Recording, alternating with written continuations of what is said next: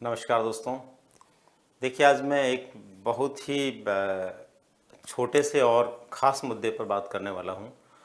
दरअसल दोस्तों, कल की बात है, मैं एक कमेंट पढ़ रहा था और एक स्टूडेंट का एक कमेंट था जिसमें लिखा था कि वर्तमान समय में जो है नौकरी लगना या नौकरी की तैयारी करना बड़ा मुश्किल काम हो गया है।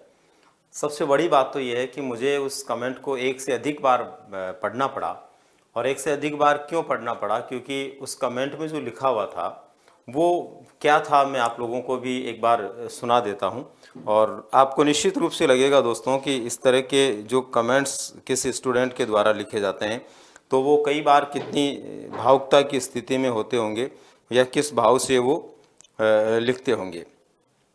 देखो, मैं आपको सुना रहा हूँ पढ़ करके। सर, बहुत कन्फ्यूजन है लाइफ में। शादी करें, स्टडी करें, क्या करें? एग्ज़ाम की डेट भी बार बार बदलती रहती है। पढ़ाई करते करते फेस का ग्लो भी चला गया है।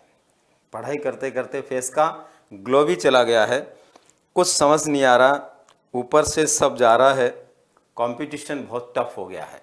दोस्तों, क्या समझ में आया आपको इस मैसेज से? इस मैसेज से मुझे जो समझ में आया वो ये है कि आज भी हम लोग या हम में से बहुत से लोग केवल और केवल अपने फेस के ग्लो को ही रीड कर रहे हैं। वो ये नहीं देख रहे कि इस ज़माने के अंदर यदि हमें एक व्यक्ति बनकर के जीना है, इस ज़माने में यदि अपना एक नाम करना है, इस ज़माने में अपने को बहुत आगे जाना है, तो फेस का ग्लो नहीं दोस्तों, कई सारे हमारे ग्लो जो होते हैं ना, उनको हमें धोना पड़ता है और उनके ऊपर उठ करके जाना पड़ता है, तब जाकर के हमें सक्सेस मिलती है। कई घंटे पढ़ने से, कई रात और दिन एक करने से व्यक्ति की शारीरिक रूप से जो भी विशेष प्रकार की कोई ग्लो है वो दूर हो जाती है। तो उसकी परवाह मत करिए, वो ग्लो उस दिन वापस आ जाएगी जिस दिन आप एक अच्छे मुकाम पर होंगे, जिस दिन आप सक्सेसफुल पर्सन के रूप में होंगे और जिस दिन आप उस मंजिल को प्राप्त कर लेंगे जिसके लिए आप अपने ग्लो को खत्म कर रहे हैं। लेकिन यदि आपने अपने ग्लो के चक्कर में अपने गोल को भुला दिया, अपने ग्लो के चक्कर में अपने लक्ष्य को भुला दिया, तो दोस्तों ग्लो भी चला जाएगा और गोल भी चला जाएगा। इसलिए मैं यहाँ पर आप लोगों से सिर्फ और सिर्फ ये बताना चाहता हूँ कि ज़िंदगी के अंदर बहुत सारे कष्ट, बहुत सारी तकलीफ़ें, बहुत सारी मुसीबतें हर किसी के साथ होती है। इस संसार में ऐसा कौन व्यक्ति है जो 100% सुखी है? कोई भी नहीं ना। हर आदमी के पास में कोई ना कोई तकलीफ जरूर है, हर आदमी के सामने कोई ना कोई मुसीबत जरूर है। लेकिन उन मुसीबतों का मुकाबला करते हुए व्यक्ति जब आगे बढ़ता है तो जिंदगी के अंदर वो एक सक्सेस को प्राप्त करता है, एक ऐसे व्यक्ति के रूप में स्थापित होता है जिस व्यक्ति का स्वयं का अपना जीवन तो अपने आप में बहुत महत्वपूर्ण होता ही होता है, साथ में वो कई लोगों के जीवन को भी बहुत महत्वपूर्ण बना देता है। साथ ही वह अपने आने वाली पीढ़ी के लोगों के लिए भी एक मिसाल बन जाता है, उन लोगों को भी एक प्रकाश दे जाता है। इसलिए आप लोग अपने इस ग्लो पर ध्यान मत दीजिए। मेरा आप लोगों से, प्रत्येक उस व्यक्ति से जो जीवन में कुछ करना चाहता है, जीवन में कुछ बनना चाहता है, उससे एक ही निवेदन है कि वह आज को नहीं देखें। आज की आपकी तकलीफें उतनी बड़ी नहीं है दोस्तों, जो तकलीफें आपको सक्सेस नहीं मिलने के बाद में उठानी पड़ेगी। एक विद्यार्थी के रूप में यदि आप अपनी किसी तैयारी को कर रहे हैं, किसी परीक्षा की तैयारी को कर रहे हैं, किसी बिजनेस को आगे बढ़ाने के अंदर आप काम कर रहे हैं और कुछ कर रहे हैं, तो आज की आपकी जो मेहनत है ना, वो उतनी तकलीफ दे नहीं हो सकती, क्योंकि आज तो आप खुद उसको आगे बढ़ाने के लिए प्रयास कर रहे हैं, उत्साह के साथ में आगे बढ़ रहे हैं, इसलिए वो तकलीफ आपको तकलीफ नहीं लगेगी। लेकिन जिस दिन आपको ये लग जाएगा कि अब आप आगे कुछ नहीं कर सकते, आपको जो है उसी में अपनी ज़िंदगी चलानी है, उसी में ज़िंदगी गुजारनी है, और फिर जब आप काम करेंगे तो बहुत तकलीफ़ें होंगी, बहुत दर्द होगा। इसलिए आज के इस दर्द को आप दर्द मत मानिए। आज के इस दर्द को आप ये मानिए कि ये वो पल है, ये वो क्षण है, ये वो मेरी लागत है जिस लागत के बल पर मैं अपने फ्यूचर को, मैं अपने भविष्य को बहुत बेहतर बनाने जा रहा हूँ। दोस्तों, हमेशा ध्यान रखिए, आज हमारे साथ क्या हो रहा है, आज शाम तक हमारे साथ क्या हो रहा है और कल सुबह क्या होगा, किसी को पता नहीं है। रामायण आपने बहुत बार सुनी होगी, रामायण में बहुत किस्से आपने सुने होंगे। एक सिंपल सी बात है, शाम को ऐलान किया गया पूरे अयोध्या नगर में कि अगले दिन सुबह भगवान श्री राम का क्या होगा, राज्याभिषेक होगा। लेकिन अगले दिन सुबह होते होते पासा पलट गया और राज्याभिषेक होने की जगह उनको अपने राजमहल के कपड़े त्याग करके वनवासियों के कपड़े पहनकर जंगल में जाना पड़ा। सोचिए, वहां वो अपने घर वालों से सवाल भी कर सकते थे, वो अपनी माता केकई से भी पूछ सकते थे कि उनका क्या दोष है जो उनको राज तिलक के स्थान पर वनवास मिल गया। लेकिन एक बार भी उन्होंने नहीं पूछा, क्योंकि उनको इस बात का पक्का आइडिया था कि निश्चित रूप से मुझे जो नया रास्ता मिल रहा है वो बड़ी मंजिल के लिए मिल रहा है। और दोस्तों, ये सच है, आप खुद इस बात को जानते हैं। अगर उस दिन भगवान राम का राज तिलक हो जाता तो शायद आगे की वो कहानी नहीं बन पाती जिस कहानी के लिए आज हम रामायण को पढ़ते हैं, जिस स्टोरी के लिए आज हम रामायण को पढ़ते हैं। वो स्टोरी जो बनी वो तब बनी जब राम वनवास गए, वहां पर लंका जैसे कांड हुए और लंका कांड के बाद में वापस जो है उनका आगमन हुआ और फिर उन्होंने अपना काम किया। ठीक वैसे ही जिंदगी के अंदर अभी हमारे साथ क्या गुजर रहा है और अगले पल क्या होने वाला है, कल सुबह क्या होने वाला है, उसको आप ये मत मानिए कि वो आपके साथ में अच्छा नहीं हो रहा, बल्कि ये मानिए कि वो एक बड़े लक्ष्य की ओर ले जाने वाला हमारा रास्ता है जो अब हमें मिला है और अब हमें उसी रास्ते के ऊपर चलना है।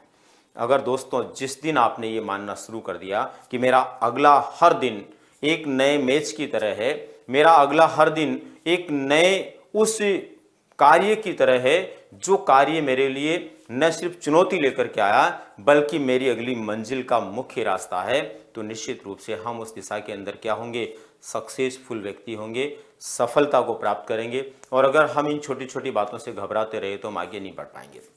एक बात और आप ध्यान रखिए दोस्तों, हमारा विल पावर कभी भी कमजोर नहीं होना चाहिए। हमारे विल पावर के अंदर हमेशा हमें ऐसा लगना चाहिए कि हाँ मैं कुछ कर सकता हूं और बहुत कुछ कर सकता हूं। यदि हमेशा लगता है कि मैं कमजोर पड़ रहा हूं, आत्महीनता हमारे अंदर आ रही है, तो हम चाह करके भी कुछ नहीं कर सकते।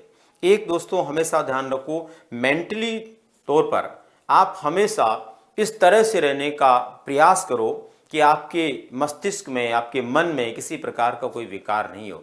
क्योंकि जब हमारे मस्तिष्क में कोई विकार आ जाता ना, जब हमारे मस्तिष्क में कोई इस तरह की स्थिति पैदा हो जाती है जिस स्थिति के अंदर हम अपने आप को तनाव में महसूस करते हैं, दबाव में महसूस करते हैं, तो फिर हम कुछ भी नहीं कर पाते हैं। आगे के हमारे सारे के सारे रास्ते बंद हो जाते हैं। इसलिए आगे के रास्ते हमारे खुले तभी रह सकते हैं जब हम मानसिक रूप से क्या होते हैं, स्वस्थ रहते हैं, किसी विकार को मस्तिष्क में नहीं आने देते हैं। दोस्तों आखिरी में मैं आप लोगों को इस वीडियो के माध्यम से बताना चाहूँगा कि हमारी जो सफलताएं हैं, हम चाहे किसी भी क्षेत्र के लिए किसी परीक्षा की तैयारी कर रहे हैं, किसी बिजनेस के लिए आगे बढ़ रहे हैं या किसी भी दूसरे प्रकार के गोल को प्राप्त करने के लिए आगे बढ़ रहे हैं, वहाँ पर हमारी सफलताएं जो होती है ना, वो हमेशा हमारे आत्मविश्वास पर निर्भर होती है, हमारे कॉन्फिडेंस पर निर्भर होती है। हम कितने कॉन्फिडेंस के साथ में उसके लिए काम कर रहे हैं। अगर हमारा कॉन्फिडेंस उस दिशा में काम करने के लिए बहुत अच्छा है, बहुत ज़्यादा है, तो हमारी सक्सेस को कोई रोक नहीं सकता।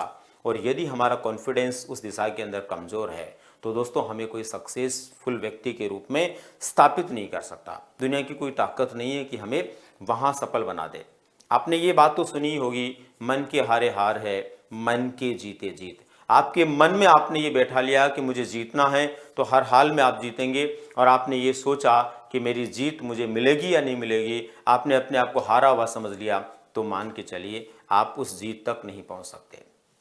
मित्रों आपको पता होना चाहिए, स्वामी विवेकानंद ने कहा था कि हम अपने जीवन के अंदर जिस कार्य को लेकर के आगे बढ़ते हैं, जिस लक्ष्य को लेकर के आगे बढ़ते हैं, उस लक्ष्य की दिशा में यदि हमने पहले पल से ये सोच लिया कि मैं तब तक वापस नहीं मुड़ूंगा, तब तक वापस नहीं लौटूंगा जब तक मैं उस अपनी मंजिल को प्राप्त नहीं कर लूं, तो हर हाल में वो मंजिल आपको मिलेगी। और यदि आपके मन में ये भाव है कि जहां तक मैं जा सकता हूं वहां तक तो चलूंगा ही चलूंगा, तो ये मान के चलिए कि बीच में कई बार आपके कदम लड़खड़ा जाएंगे और आप उस मंजिल तक नहीं पहुंच पाएंगे।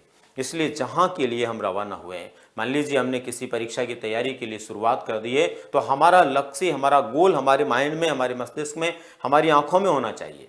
और हर पल हमें ये होना चाहिए कि तब तक हम वापस नहीं लौटेंगे, तब तक हम किसी भी सूरत में कदम पीछे नहीं रखेंगे जब तक हमें हमारी मंजिल प्राप्त नहीं हो जाती है। उम्मीद करता हूं दोस्तों सुनिश्चित रूप से आपको मेरी बात समझ में आई होगी। जिस कमेंट के माध्यम से मैंने आप लोगों को बताने का प्रयास किया है, जिस किसी ने भी उस कमेंट को भेजा है, उनके लिए भी मेरी सलाह है कि ये चीज़ें जो है ये हमें आगे बढ़ने से रोकती है।